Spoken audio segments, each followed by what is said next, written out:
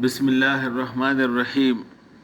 I am Dr. Mohaibullah Wazir, and the topic is the trigeminal nerve. Look, the trigeminal nerve is the fifth cranial nerve.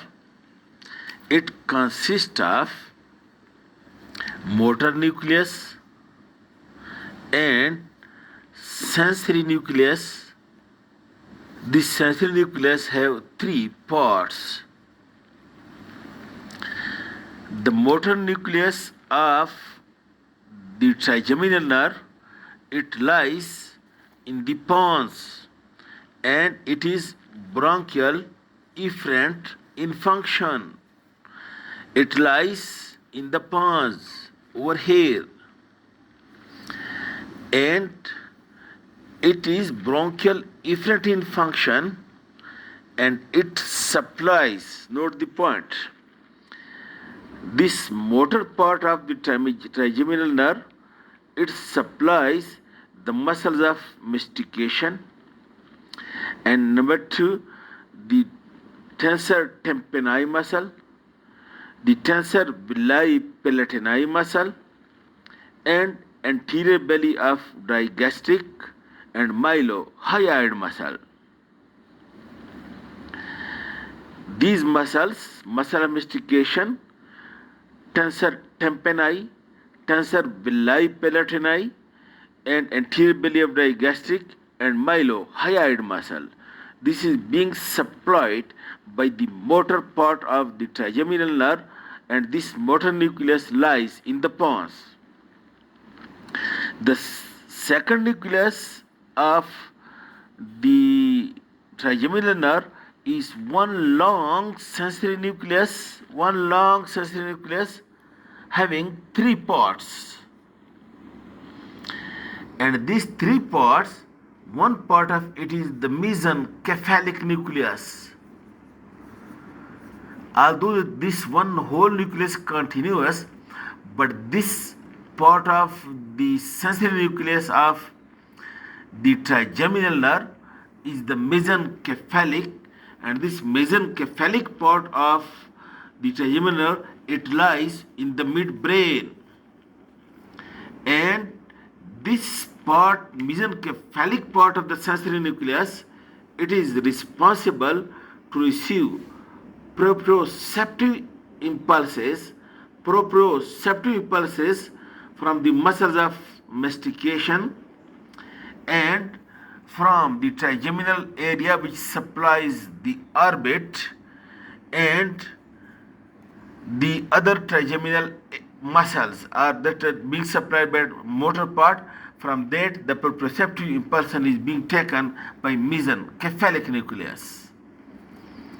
And then the second nucleus, which is the main sensory nucleus, which also lies in the pons. This second part is the main sensory nucleus.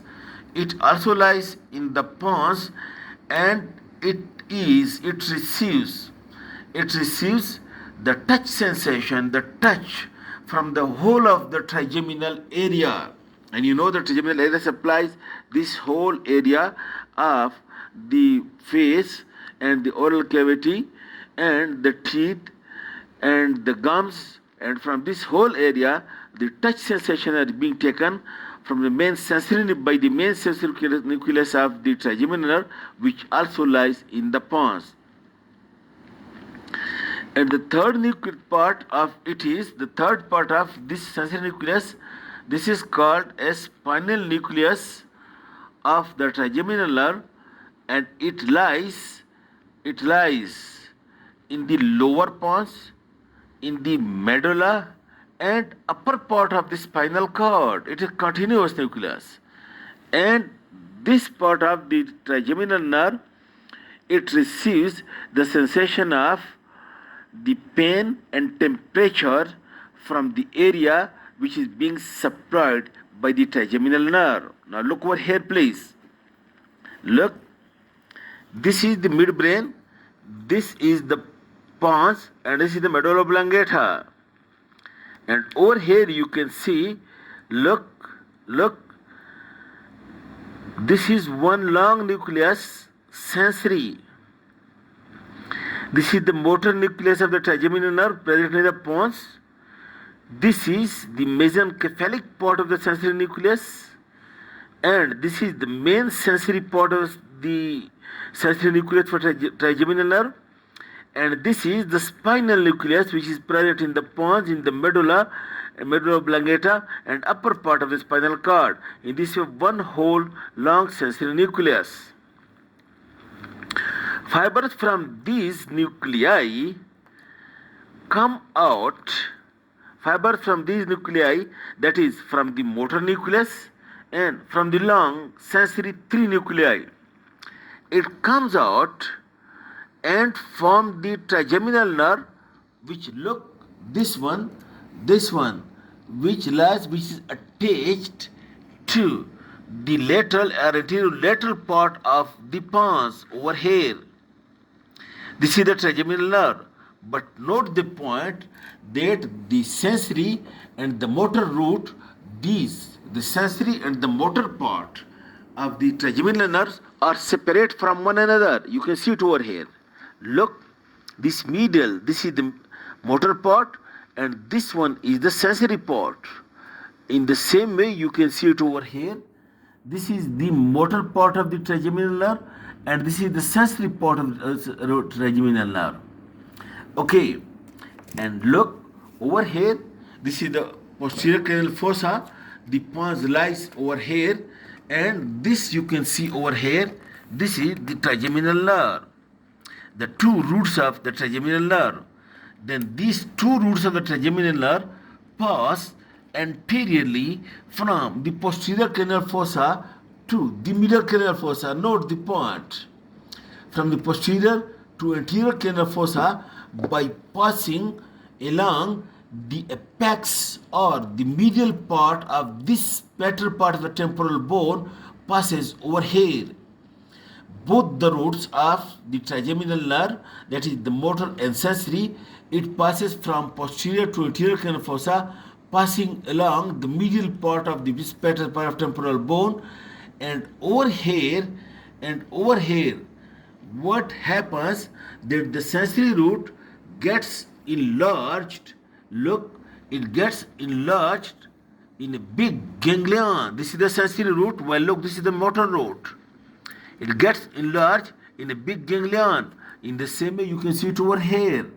It lies over here. It makes a big ganglion, and this ganglion consists of the sensory cells. That is the trigeminal ganglion.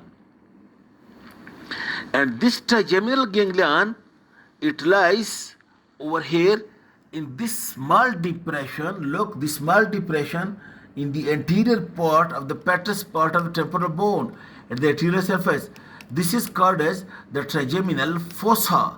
The trigeminal ganglion of the sensory root and the motor root both lies over here in this trigeminal fossa. And over here, this trigeminal ganglion and the motor root, these are being covered and enclosed by the dura mater that lies over the floor of and the anterior surface of the petrous part of temporal bone. And this cave, which encloses the trigeminal ganglion, it is called as trigeminal cave of dura mater, while the fossa in which it lies, that is trigeminal fossa. Okay, now what happens immediately? Then the trigeminal ganglion, it divides, look, into three branches. The trigeminal ganglion, it divides into three branches. The most medial one, ophthalmic, the intermediate one, the maxillary, and the lateral one, the mandibular division of the trigeminal nerve. Ophthalmic division, and then maxillary division, and then mandibular division.